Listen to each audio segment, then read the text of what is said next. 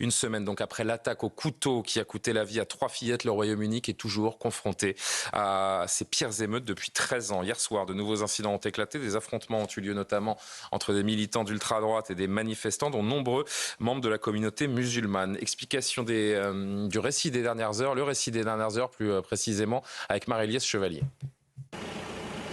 L'heure est au recueillement. Après l'attaque de 3 fillettes au couteau le 29 juillet dernier, la ville de Southport est encore en deuil. De nombreux habitants ou visiteurs ont tenu à venir apporter leur soutien aux familles. Comme Ted, habitant de Southport, le moment n'est pas encore à la colère ou aux affrontements. Il y a énormément de tristesse par ici. Les gens sont absolument dévastés par ce qu'il s'est passé et les familles vont avoir besoin de beaucoup de temps pour reconstruire leur vie. C'est juste épouvantable. De nombreuses manifestations ont eu lieu après ce drame. La question de l'immigration est à l'origine de toutes ces émeutes. Certains habitants de la ville pensent, eux, que le problème est plus profond. Comme Martin, également habitant de Southport, cet argument n'est qu'une excuse. Oui, il y a un souci avec l'immigration, mais je ne pense pas que ce soit le problème principal. D'après moi, les manifestants essaient juste de trouver une excuse pour pouvoir manifester sans aucune raison. La ville de Southport est pour l'instant dans un calme précaire, même si des violences ont éclaté hier soir dans le reste du pays. Le Sommier, un premier commentaire. Le défi est de taille pour le nouveau pouvoir britannique qui est en place depuis très peu de temps. Oui, en effet, le nouveau pouvoir britannique travailliste, qui d'ailleurs, sur les questions migratoires qui sont quand même au cœur de ces émeutes, avait pris des mesures. D'ailleurs, on peut remarquer que dans leur programme, il y a par exemple la priorité aux Britanniques dans l'accès à l'emploi, qui est quand même une mesure qui rappelle plutôt le Rassemblement national en France. Et donc, ces nouveaux travaillistes avait promis justement de poursuivre cette politique de lutte contre l'immigration déjà démarrée par Rishi Sunak. Vous savez que le précédent Premier ministre britannique avait développé et mis en place, même si ça a été retoqué plusieurs fois et ça n'a pas encore pris forme, mais l'idée d'utiliser un pays tiers comme le Rwanda, justement pour alléger, pour empêcher, enfin réguler en tout cas ce mouvement migratoire. Ce qui se passe en Grande-Bretagne est l'accumulation d'arrivées de migrants depuis des années au sein de laquelle un événement dramatique absolument atroce a mis le feu aux poudres en fait. Si vous voulez, ce drame de Southport. Qualifier ça de mesure de manifestation d'extrême droite, n'y voir que l'extrême droite, c'est masquer, d'abord c'est confondre les effets et les causes, et c'est masquer la réalité de ce qui est en train de se passer, c'est-à-dire une véritable révolte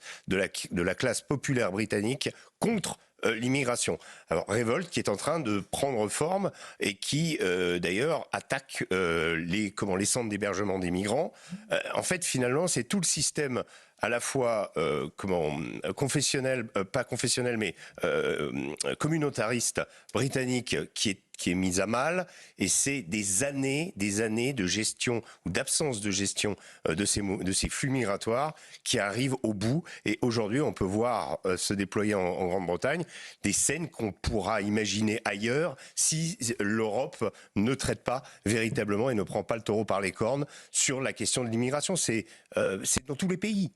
C'est valable pour l'Allemagne, c'est valable pour la France. Là, ça prend la forme d'une révolte parce qu'en Angleterre, il y a moins de possibilités, je dirais, de s'exprimer électoralement, même si le parti de Nigel Farage a fait 14% aux dernières élections. Mais ce n'est pas suffisant. C'est-à-dire que cette classe politique, cette classe britannique populaire est littéralement désespéré, c'est son identité, son mode de vie qui est mis en cause. Amaury Brelet, on voit bien que le gouvernement britannique essaie de sauver un petit peu la face en tapant du poing sur la table, si je puis dire, avec ses presque 400 arrestations, une réponse ferme, immédiate, des tribunaux spéciaux mis en place également pour sanctionner rapidement les différents fauteurs de troubles. Au-delà de ça, au-delà de cette réponse autoritaire importante de la part du gouvernement, elles veulent dire quoi ces émeutes selon vous ? Sur la réponse policière et pénale, il a évidemment raison de faire preuve de fermeté. Le problème, Keir Starmer, le nouveau Premier ministre. Keir Starmer, le nouveau Premier ministre travailliste. En effet, le problème, c'est qu'il ne prend pas la mesure des responsabilités dans cette crise et cette succession d'émeutes depuis plus d'une semaine, où il accuse uniquement l'extrême droite d'être à l'œuvre des violences, alors qu'on a vu ces derniers jours d'autres en face, notamment issus de la communauté musulmane, et même certaines milices islamistes armées dans les rues s'adonner à des chasses à l'homme, comme le font d'ailleurs ceux militants nationalistes de l'autre côté. Donc là, il y a vraiment une vision totalement unilatérale qui est gravissime et qui en réalité ajoute le déni au déni, sans compter que M. Keir Starmer et son parti travailliste, comme d'ailleurs le parti conservateur, depuis 30 ans, ont été les complices, c'est la même chose en France, d'une politique migratoire absolument irresponsable et qui a laissé entrer des millions de personnes en Grande-Bretagne. Il y a un sondage qui avait été fait au cours des législatives il y a plusieurs mois qui montrait que 69%, donc une majorité écrasante de l'opinion britannique, était mécontente de la politique migratoire du pays. Bernard Cohen-Haddad, ces manifestations, elles traduisent véritablement ce ras-le-bol des Britanniques vis-à-vis de la politique migratoire, parce que on a compris que ce drame de Southport est une goutte d'eau qui a été déclenchée par de fausses informations autour du suspect principal de cette tuerie, informations donc qui n'ont pas été confirmées puisqu'il se disait qu'il était demandeur d'asile, musulman, ce qui n'est pas le cas. Il est d'origine rwandaise mais né sur le sol britannique, pas demandeur d'asile. Pour autant, le soufflet n'est pas retombé. Donc on se dit que ça a été un grain de sable dans un engrenage qui était déjà vicié, rouillé depuis un moment. Oui, c'était une mèche sur un pétard qui était prêt à être allumé, parce qu'il y a un vrai drame. Au-delà de la qualité, entre guillemets, la personnalité, de l'auteur, c'est un massacre de 3 petites filles. Et ça, il faut le dire. Et ça, chez les Anglais, comme chez nous... Une dizaine d'enfants poignardés. Hein. Voilà. Et comme chez nous, ça ne peut que susciter l'émotion et la révolte. Deuxième point, ça a été dit, c'est que nous avons tous besoin, et les Anglais aussi, surtout dans une ville qui jusqu'à présent était relativement calme, on a tous besoin de sécurité. Les Français l'ont exprimé, les Anglais aussi. Et s'ils ont voté, y compris pour ce gouvernement travailliste, c'est pour plus de sécurité, plus de moyens. Et pour exprimer aussi une chose, c'est que on ne peut pas continuer à vivre les uns à côté des autres sans créer un projet commun, parce que c'est ça le drame du Royaume-Uni, c'est que pendant des années... Au risque de se retrouver face à face, pour paraphraser Gérard Collomb. Voilà, parce que quand on se retrouve face à face, eh bien entendu, il reste qu'une chose, c'est l'affrontement, parce qu'on s'aperçoit qu'on est d'accord sur pas grand-chose, c'est-à-dire sur rien. Dernier point, c'est ce déclassement humain, ce problème d'emploi, ce problème de difficulté de la vie, avec des communautés qui jusqu'à présent restaient dans leur ghetto administratif et citoyen et citadins, et aujourd'hui s'aperçoivent que le no man's land n'existe plus et qu'ils peuvent être eux-mêmes touchés. Et c'est ça aussi qui met effectivement le feu aux poudres, et on comprend l'exaspération, non pas uniquement de l'extrême droite, non pas uniquement des hooligans, mais des Anglais de base, des Anglais moyens, parce qu'il y a une agrégation de différentes populations. Et ceux qui ont des difficultés, comme ici, à boucler des fins de mois. Najwa, un dernier mot là-dessus. Et on peut faire le parallèle avec la situation française, même si le modèle de société n'est pas le même.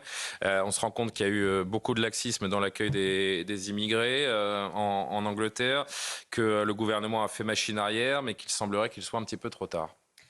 L'immigration incontrôlée, on le voit, fracture les sociétés, parce qu'on parle de la Grande-Bretagne, mais on peut parler aussi d'autres pays.